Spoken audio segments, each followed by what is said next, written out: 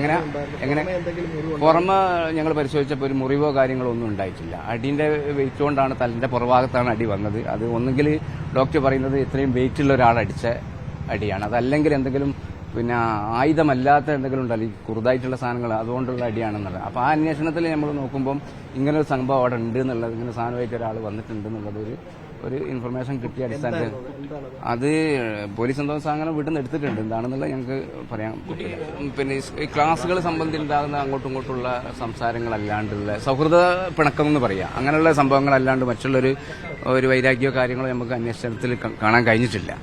പിന്നെ ഈ സ്കൂൾ സംബന്ധമായിട്ടുള്ള വിഷയങ്ങളാണ്, അതിലുണ്ടായ ഒരു പ്രശ്നങ്ങളാണ് ഈ ഒരു ഇത്തരത്തിലേക്ക് എത്താനുള്ളൊരു കാരണമായത്. ഈ സംഭവം നടന്ന ദിവസം ശരിക്കും എന്താ സംഭവിച്ചത്? നിങ്ങൾ ഉൾപ്പെടെയുള്ള ആളുകളല്ല ഹോസ്പിറ്റലിൽ കൊണ്ടായത്? ഈ സംഭവം അല്ല, ഇവരെ ബന്ധക്കാർ നമ്മൾ താലൂക്ക് ഹോസ്പിറ്റൽ SOSന്റെ സാന്ത്വനം വളണ്ടിയറാണ്. അപ്പോൾ അവിടെ വരുമ്പോൾ തന്നെ പിന്നെ കുട്ടിന്റെ സ്റ്റേജ് ഏകദേശം പിന്നെ 70% ഒരു ക്രിട്ടിക്കൽ സ്റ്റേജിലാണുള്ളത്. അപ്പോൾ അവിടെ നിന്ന് തന്നെ പിന്നെ ഡോക്ടർമാർ അതിന്റെ വേണ്ട ചികിത്സകൾ മറ്റുള്ള കാര്യങ്ങൾ കൊടുത്ത് ICU ആംബുലൻസിൽ പുറത്തുനിന്ന് വരുത്തിച്ചിട്ട് ICU ആംബുലൻസിലാണ് മെഡിക്കൽ കോളേജിൽ കൊണ്ടുവന്നത്. അപ്പോൾ ഈ ഒരു സംഭവം എന്ന് പറഞ്ഞാൽ കുട്ടികൾ തമ്മിലുണ്ടാകുന്ന ഒരു അടിപിടി, ആ അടിപിടിയിൽ ഈ അടി കിട്ടിയത് ദിവസം വെയിറ്റുള്ള അടിയാണ് കിട്ടിയത്. തലന്റെ പുറഭാഗത്ത് അടി കിട്ടിയതിന്റെ പേരിലാണ് ഈ ഇങ്ങനെ ഒരു ഇഞ്ചുറി വന്നത്.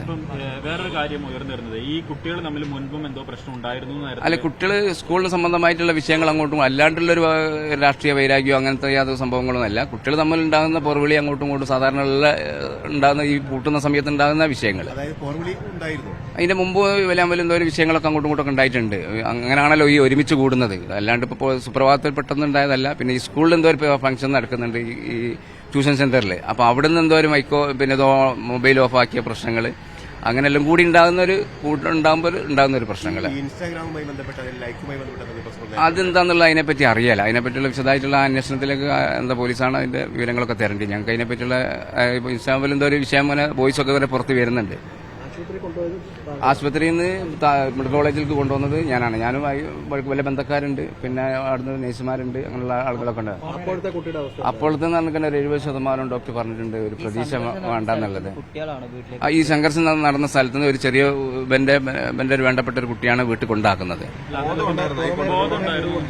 എങ്ങനെ പുറമെ ഞങ്ങൾ പരിശോധിച്ചപ്പോൾ ഒരു മുറിവോ കാര്യങ്ങളോ ഒന്നും ഉണ്ടായിട്ടില്ല. അടിന്റെ വെയിറ്റ് കൊണ്ടാണ് തലന്റെ പുറഭാഗത്താണ് അടി വന്നത്. അത് ഒന്നുകിൽ ഡോക്ടർ പറയുന്നത് ഇത്രയും വെയിറ്റുള്ള ഒരാൾ അടിച്ച അടിയാണ്, അതല്ലെങ്കിൽ എന്തെങ്കിലും പിന്നെ ആയുധമല്ലാത്ത എന്തെങ്കിലും ഉണ്ടല്ലോ ഈ കുറുതായിട്ടുള്ള സാധനങ്ങൾ, അതുകൊണ്ടുള്ള അടിയാണെന്നുള്ളത്. അപ്പോൾ ആ അന്വേഷണത്തിൽ നമ്മൾ നോക്കുമ്പം ഇങ്ങനൊരു സംഭവം അവിടെ ഉണ്ട് എന്നുള്ളത്, ഇങ്ങനെ സാധനമായിട്ട് ഒരാൾ വന്നിട്ടുണ്ട് എന്നുള്ളത് ഒരു ഇൻഫർമേഷൻ കിട്ടിയ അടിസ്ഥാനത്തിൽ അത് പോലീസ് എന്തോ സാധനം വീട്ടിൽ നിന്ന് എടുത്തിട്ടുണ്ട്. എന്താണെന്നുള്ളത് ഞങ്ങൾക്ക് പറയാൻ പറ്റില്ല.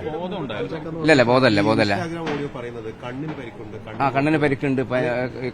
കണ്ണൊന്നും അന്നപ്പം തന്നെ തുറന്നിട്ടില്ല. കണ്ണിന് പരിക്കുണ്ട്. പിന്നെ തലന്റെ ഈ ഭാഗത്ത് പൊട്ടലുണ്ട്. തലന്റെ പുറകിലുള്ള ഇതുണ്ട്. പുറത്തൊന്നും കാണാനില്ല. പുറത്തൊരു എന്തോ ഒരു തൊലിന്റെ ഇതുപോലും നമുക്ക് കാണാൻ കഴിയുന്നില്ല.